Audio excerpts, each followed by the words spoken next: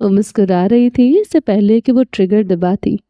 ایک زوردار تماچا اس کے گال پر برسا تھا جس سے سارا کے ہاتھ میں پکڑی گن دور جا گری اور خود بھی لڑکھڑا کر گری تھی۔ آج سارا گولڈبرگ کے غرور کے ساتھ ساتھ اس کا مان بھی خاک ہوا تھا۔ اپنے بھائی کی نگاہ میں اس نے اپنے لیے نفرت دیکھی تھی اور یہ لمحہ سارا کے لیے موت سے بدتر تھا۔ یہ تم نے کیا کیا؟ ابراہیم الجا کو دیکھ رہا تھا۔ وہ ایک پل میں سمجھ گیا کہ وہ ابراہیم کو آزاد کر چکی ہے۔ اس کو جانے دے بھائی، آج اس کو آزاد کر کے میں نے خود کو آزاد کر دیا ہے۔ وہ قید میں نہیں تھا، اس نے ہم لوگوں کو قید کیا ہوا تھا۔ میرے اعصاب میرا ساتھ چھوڑتے جا رہے تھے، اس کے الفاظ مجھے ہر وقت یاد دلاتے تھے کہ میں اس کو زیر کرنے میں ناکام ٹھہری ہوں۔ سارا ابراہیم نے وہاں پڑی ایک سٹول کو ٹھوکر دے مارا، ٹھڈا دے مارا۔ اس لیے اس سے دور رکھتا تھا تمہیں میں۔ تم عورت کے مکر کی بات کرتی تھی، مگر میں عورت کی عقل سے واقف تھا۔ وہ دہاڑا۔ سارا سر جھکا گئی۔ آج اس کا بھائی ہی اس کے وجود کی دھجیاں اڑا رہا تھا۔ آج وہ اپنے غرور کو خاک ہوتے دیکھ رہی تھی۔ کیا وہ مر گئی؟ وہ نیم بھی ہوشی میں بس ایک ہی سوال دہرائے جا رہا تھا۔ سارے راستے حسن کی آنکھیں بس نم رہی تھی اور اس کے حلق سے ایک الفاظ تک نہ نکل سکا تھا۔ اس کے کندھے پر جھولتا ہوا وجود بار بار بس ایک ہی سوال دہرا رہا تھا، کیا وہ مر گئی؟ اب کی بار اس نے پوچھا تو حسن نے گردن موڑ کر دیکھا اور اس کے کندھے پر سر ٹکائے ہوئے تھا۔ گاڑیاں اپنی منزل کے جانب رواں دواں تھی۔ بتا دو، اگر وہ مر گئی ہے تو بتا دو۔ ابراہیم حسن کی خاموشی پر بے بس ہوا تھا، جیسے اس نے اپنے سارے ہتھیار پھینک دیے ہوں۔ وہ دشمن کی حب سے بے جامے تھا۔ وہاں قید میں تو اپنے حواس بحال رکھتا تھا، مگر اس قید سے آزاد ہوتے ہی اس کی آنکھیں، اس کا پورا وجود جیسے تھکن کی زد میں آیا تھا۔ اس کے اعصاب تھک چکے تھے اور اب بس خود کو موت کے حوالے کرنے کو تیار تھا۔ حسن نے اس اندھیرے صحرا میں اس کا چہرہ غور سے نہیں دیکھا تھا، مگر اب گاڑی میں موجود مدھم سی روشنی میں وہ اس کا چہرہ دیکھ پا رہا تھا۔ حسن کی سیاہ تیز تلوار کی دھار جیسی آنکھوں کے گوشے بار بار بھیگ رہے تھے۔ وہ اس شخص کو اس حالت میں دیکھ کر کرس کی طرح نارمل رہ سکتا تھا۔ بھلا ایک وہی تو تھا جو حسن پر روب ڈالتا تھا، وہی تو تھا جو حسن کے دعوی اور شیز حسنافندی کو ایک ہی جست میں منہ کے بل گرانا جانتا تھا۔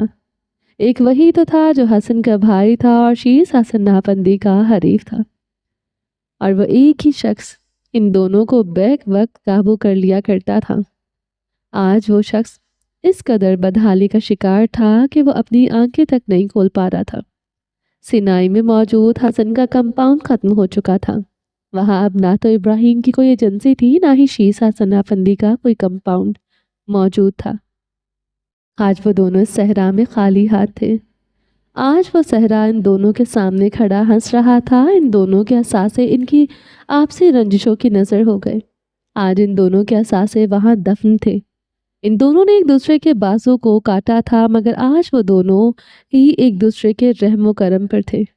حسن نے حلق تر کیا اور ڈرائیور کو گاڑی تیز کرنے کا حکم دیا۔ کچھ دیر بعد گاڑیاں ایک ہیلی پیڈ کے سامنے آ کر رکی۔ وہاں سے قاہرہ ان کو اس ہیلی کاپٹر پر ہی جانا تھا۔ صبح سے دوپہر ہونے کو آئی تھی، مگر ڈاکٹرز ابھی تک کوئی فیصلہ نہیں لے پا رہے تھے۔ صفا کی حالت کبھی نارمل ہو جاتی تو کبھی وہ پھر سے اسی کنڈیشن میں پہنچ جاتی۔ کسی کو کچھ پتہ نہیں چل رہا تھا کہ آخر وہ کس ذہنی دباؤ کا شکار ہے کہ بار بار زندگی سے روٹھ رہی ہے۔ دواؤں نے ابھی تک اس کے بچے کو محفوظ رکھا ہوا تھا، مگر وہ اپنی جنگ لڑ نہیں رہی تھی۔ وہ جیسے ہوش میں آنا ہی نہیں چاہتی تھی، کیونکہ وہاں موجود کوئی شخص بھی صفا کی حالت سے واقف نہ تھا۔ ان سب کو لگ رہا تھا کہ وہ دھوئیں کی وجہ سے بے ہوش ہوئی ہے، شاید کہیں آگ لگ گئی ہو گئی جس کی وجہ سے وہ بے ہوش ہو گئی، اور ڈاکٹرز کو بھی یہی وجہ بتائی جا رہی تھی، مگر اس کی ذہنی حالت کسی کی سمجھ میں نہیں آ رہی تھی، کیونکہ اس حالت سے صفا ہی واقف تھی اور وہ ہوش میں نہیں آنا چاہتی تھی۔ اگر وہ ہوش میں آتی تو اس کو فیصلے کے لیے تختہ دار پر لٹکا دیا جاتا، اور وہ بے ہوشی میں ہی فرار تلاش کر رہی تھی۔ اس کے اعصاب ہر دوا کی نفی کر رہے تھے۔ وہ بس فرار چاہتی تھی، اس چیز نے وہاں موجود ہر شخص کو بے بس کیا ہوا تھا۔ پیرامیٹرز نارمل ہو جاتے تو سب پرسکون ہو جاتے، مگر پھر جب اچانک کبھی دل کی دھڑکن بڑھ جاتی تو کبھی سست ہو جاتی، کبھی بلڈ پریشر اتنا گر جاتا کہ دواؤں سے اس کو بیلنس کرنا پڑتا، اور کبھی اتنا بڑھ جاتا کہ بچے کی صحت کو بھی خطرات لاحق ہو جاتے۔ اس غیر یقینی کی صورتحال نے ان سب کو بے چین کر رکھا تھا۔ منال اور ختیجہ اس وقت وہیں لابی میں نڈھال سی بیٹھی تھی۔ سفیان گرسی آئی سی یو کے دروازے کے سامنے ہی کھڑا تھے جب اندر سے ڈاکٹر نکلتی دکھائی تھی۔ میں اسی لیے چاہتی تھی کہ وہ سچائی کو قبول کر لے، مگر اس لڑکی نے تو قسم کھا رکھی ہے کسی کی بھی بات ماننے سے، کسی کی بھی بات سننے کی۔ وہ اس وقت دیکھیں کیسے موت کی آغوش میں پڑی ہے۔ منال نڈھال سی بولی، ختیجہ کے تسبیح کرتے ہاتھ رکے دل میں ہول اٹھا۔ میں ماں ہوں، پھر بھی کر کے بیٹھی ہوں نا صبر، پہلے اپنی بیٹی پر کیا اور پھر اپنے شیر جیسے بیٹے کی موت کو بھی قبول کر لیا، تو پھر وہ لڑکی کیوں نہیں مان جاتی؟ کیا مجھ سے زیادہ محبت کرتی ہے وہ ابراہیم سے؟ منال اب ہچکیوں میں رو رہی تھی، ان کی ہمت جواب دے چکی تھی۔ ختیجہ خاموش آنسو بہا رہی تھی۔ مجھے ڈر تھا کہ جتنی دیر وہ یقین کرنے میں لگائے گی اتنا ہی بڑا دھچکا اس کو لگے گا، اور آج سب کچھ سب کے سامنے ہے۔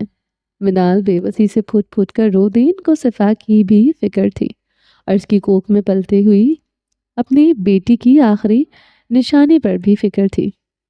وہ دوہری تکلیف میں مبتلا تھی۔ ختیجہ کی بے بسی کا کوئی عالم نہ تھا، وہ تو بس اپنے رب کے حضور دعائیں کر رہی تھی کیونکہ وہ یہی کر سکتی تھی۔ کیسی ہے وہ؟ سفیان صاحب نے بے بسی سے پوچھا، کیونکہ ایک ہی طرح کا جواب سن سن کر ان لوگوں کی امید ٹوٹتی جا رہی تھی۔ ہم اب مزید انتظار نہیں کر سکتے اور نہ ہی مجھے لگتا ہے کہ کرنا چاہیے۔ اگر ہم بچے کو سیف رکھتے ہیں تو صفا کی دماغی حالت صحیح سے علاج نہیں کر سکتے، اور اگر ہم اس کی دماغی حالت کو بہتر کرنے کی کوشش کریں گے تو وہ دوائیں بچے کی جان کے لیے خطرہ ہے۔ اس لیے ہمیں ان دونوں کو الگ کر کے ہی اگلا کوئی فیصلہ کرنا ہوگا۔ ہمیں آپریٹ کرنا ہوگا۔ ڈاکٹر نے بلاخر بات مکمل کی۔ ماں یا بچے میں سے کسی کو کچھ ہوگا تو نہیں نا؟ سفیان صاحب کا دل بری طرح کانپا تھا۔ آپ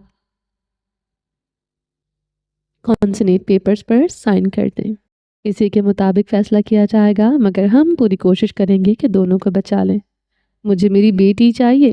سفیان گورسی نے مڑ کر دیکھا تو خیام قریشین کے عقب میں آن کھڑے ہوئے اور سرد لہجے میں بولتے ڈاکٹر کو بھی خاموش کروائے۔ کانسنیٹ پیپرز۔ ڈاکٹر نے باری باری ان دونوں کو دیکھا کہ کون سائن کرے گا۔ میں باپ ہوں، میں کروں گا دستخط، اور میری بیٹی کو کچھ نہیں ہونا چاہیے۔ وہ تنے جبڑے لیے بولے تو منال اور ختیجہ ان دونوں کو یوں دیکھ کر وہاں چلی آئی تھی۔ انہوں نے ایک دوسرے کو حیرت سے دیکھا۔ سفیان گورسی نے ایک ٹھنڈی سانس خارج کی۔ ہمیں ماں کو بچانا ہے۔ انہوں نے اپنے دل کے ہزاروں ٹکڑوں کو ایک بار پھر سے ٹکڑوں میں تقسیم ہوتے دیکھا تھا۔ منال لڑکھڑا کر رہ گئی، اس کو کچھ نہیں ہونا چاہیے، انہوں نے اب کی بار مضبوط لہجے میں کہا تو خیام قریشی نے لا تعلق ہوتے رضامندی دی، جبکہ سفیان گورسی کا لہجہ بکھر چکا تھا۔ سجل؟